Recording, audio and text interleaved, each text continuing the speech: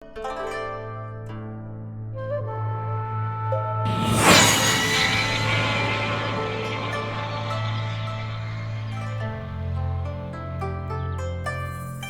years ago, when they came and approached me with Honda and Mugen, it was just seemed to be the right thing to do. It was, when we first started, it was sniggering a little bit, laughing about it, and it looked like some of the bikes had been built in a shed, and a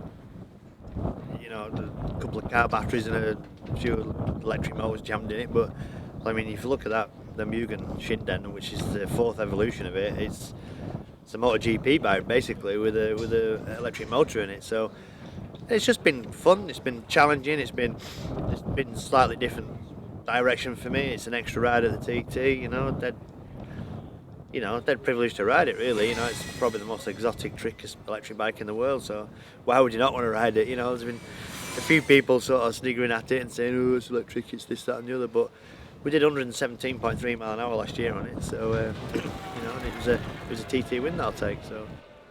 Probably the biggest changes that you can see is that we have new suspension for this year.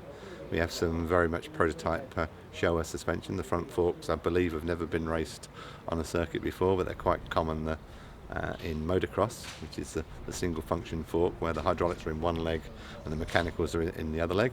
Saves a bit of weight and apparently makes it quite stable under braking. But that's very much a prototype, and that's something that Showa are pushing us to do.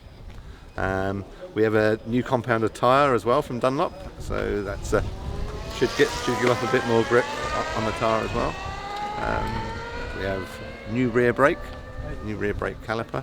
Front brakes are the same as last year, but they're very good brakes anyway, so we're not too worried about those. So we should have a bit more power and maybe some better handling. Look back in a few years, it could be a bit of a pioneer. You never know. Some of the technology might go into the roads or race teams or whatever. So it's something I've been dead proud of over the last couple of years. And we cried with him with sadness when Michael beat me.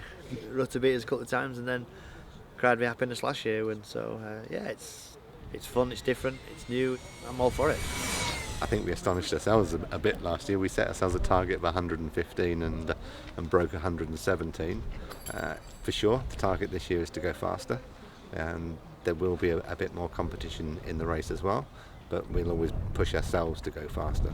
The little fellas here that's come over from Japan are claiming big numbers, so they claimed 115 last year, we did 117, so they were over the moon with that, and in the end they were sort of telling us to slow down a bit, but they're claiming 120, so I remember sitting on the bank watching Hizzy do the first 120 mile an hour lap sort of 25 years ago, and now we're doing this on an electric bike. So the steps they've gone 102 to 109 to 117.